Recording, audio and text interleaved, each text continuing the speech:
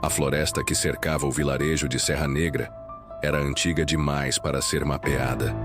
Árvores de troncos retorcidos e galhos como mãos deformadas se erguiam contra o céu, bloqueando a luz do sol e transformando o interior da mata num labirinto perpétuo de sombra e silêncio.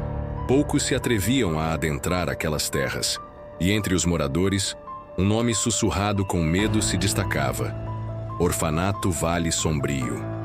O Vale Sombrio havia sido construído décadas atrás, longe de olhares curiosos. Oficialmente abrigava crianças abandonadas. Extraoficialmente, rumores falavam de práticas obscuras, de desaparecimentos, de uma tristeza tão densa que se impregnava nos ossos de quem ousasse se aproximar. O prédio fora consumido por um incêndio misterioso em 1987, ou assim diziam, porque a estrutura, embora queimada e carcomida pelo tempo, ainda permanecia de pé, oculta sob o véu da floresta. Foi a promessa de desenterrar esse mistério que levou Lucas, Mariana, Rafael e Beatriz até ali. Jovens, ambiciosos e talvez ingênuos, criavam conteúdo para um canal de exploração urbana. Haviam percorrido fábricas abandonadas, hospitais em ruínas, escolas assombradas. Mas o Vale Sombrio era diferente. Desde o primeiro momento em que pisaram na trilha escondida que levava ao orfanato, o ar se tornara pesado e a floresta parecia observá-los.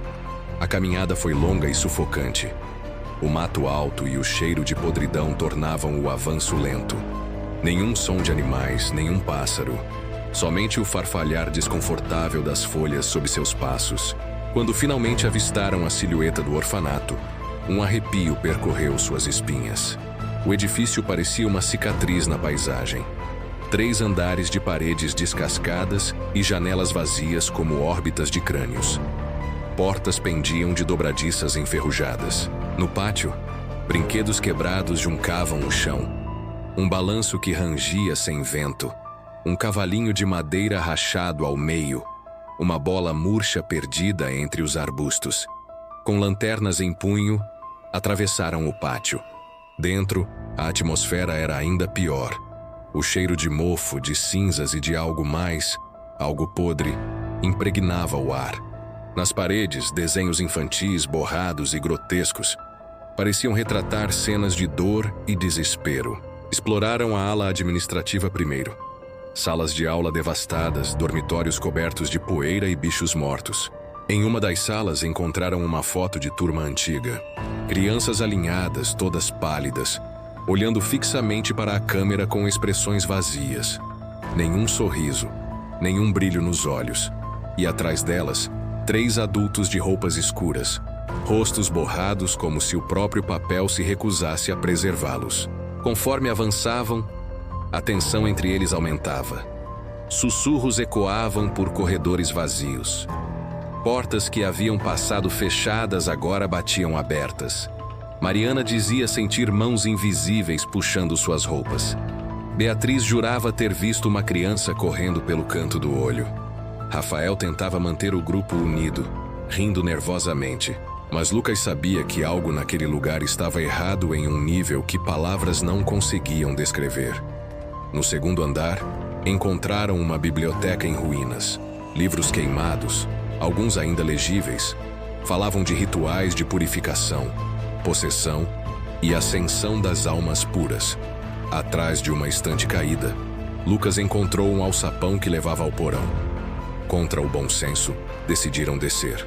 O porão era ainda mais opressivo. As paredes de pedra exalavam frio e umidade. No centro, uma estranha capela improvisada. Um altar coberto de velas gastas, símbolos antigos gravados no chão.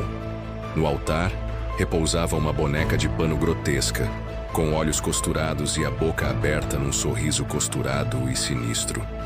Instintivamente sabiam que não deveriam tocar em nada, mas Beatriz, talvez movida por uma força invisível, cruzou o círculo desenhado no chão e tocou a boneca.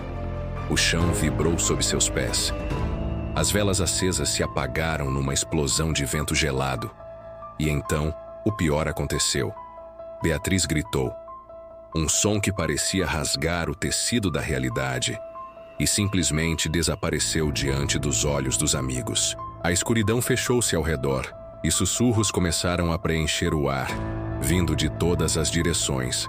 Vozes infantis, choros, risadas distorcidas.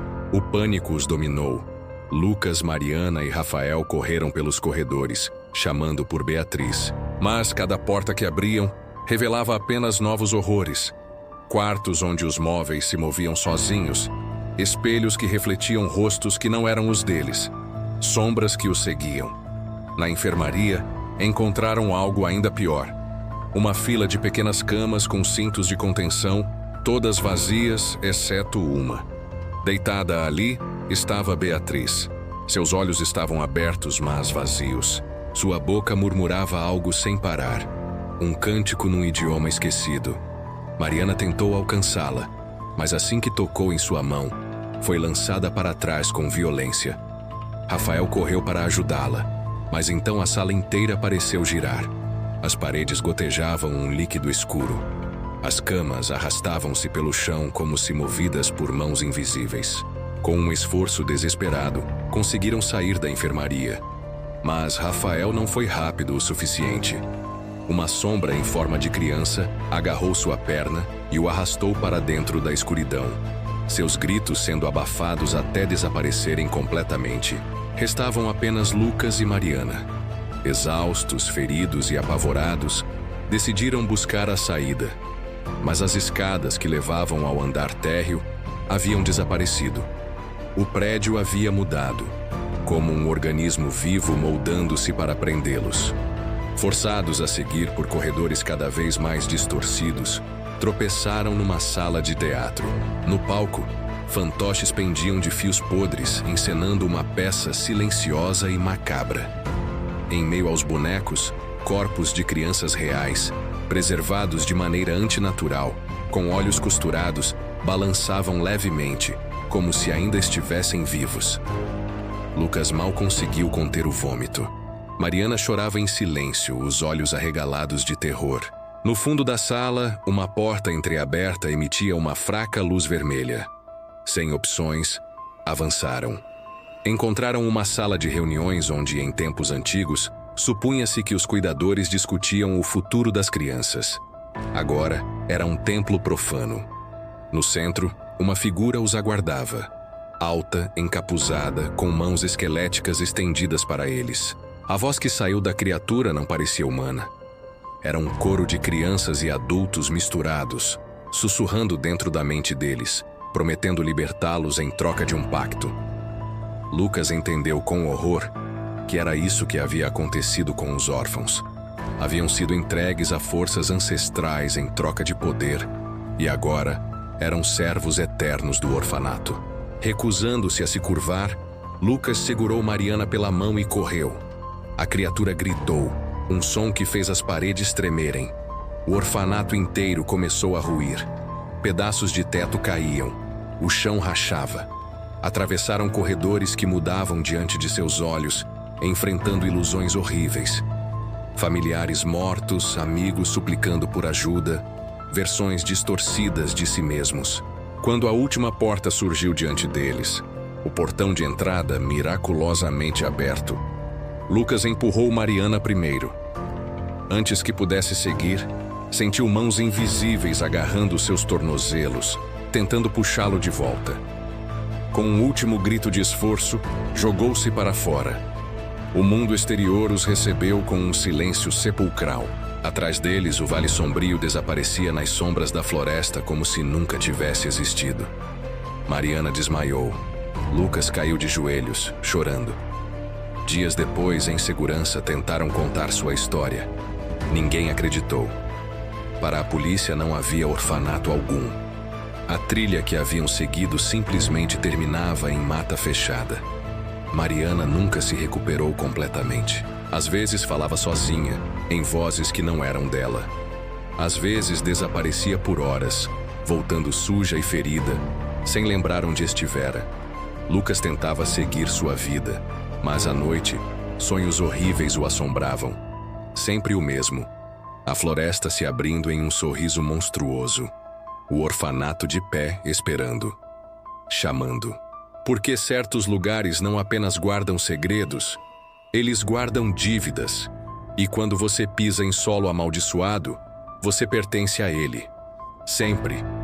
Em algum lugar entre as árvores escuras de Serra Negra, o orfanato Vale Sombrio ainda está lá, esperando por mais crianças, por mais almas.